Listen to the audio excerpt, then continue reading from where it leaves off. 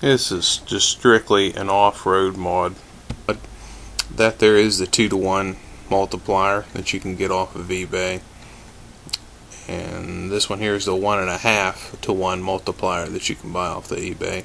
They're the same dimensions, it's just different multiplication rates. Side view. That there's a steering column chucked up in the vise. It's kind of hard to see. That steering column separates in two pieces. What you'll have to do is beat the end of the steering column off. It just slides up in there and locks in place. You just slide a hammer down the shaft and it'll eventually will come out.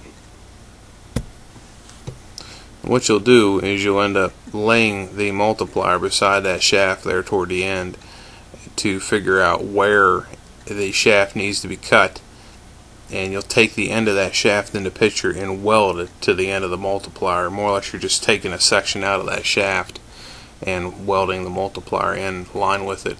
And you'll also cut that housing so the multiplier can slide up inside of it.